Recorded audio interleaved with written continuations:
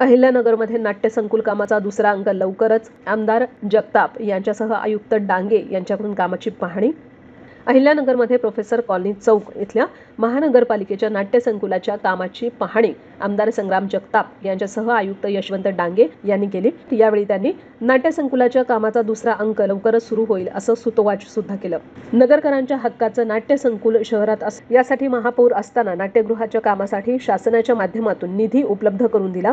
कामाला सुरुवातही केली होती, पण या कामात काही ना काही अडचणी येत गेल्या. आता मात्र महापालिका प्रशासनानं ठेकेदार संस्था बदललेली असून उर्वरित काम येत्या 4 महिन्यात पूर्ण होईल. त्यानंतर नाट्य कलाकारांचं हे हक्काचं व्यासपीठ लवकरच नगरकरांच्या सेवेसाठी सज्ज होणार आहे, असं यावेळी आमदार संग्राम जगताप यांनी आपलं मत व्यक्त केलं. शहरात 14 वर्षांपासून प्रलंबित असलेल्या नाट्यसंकुलाचं काम लवकरात लवकर पूर्ण व्हावं यासाठी नाट्य कलाकारांनी महापालिकेवर मोर्चे आंदोलनं केली होती.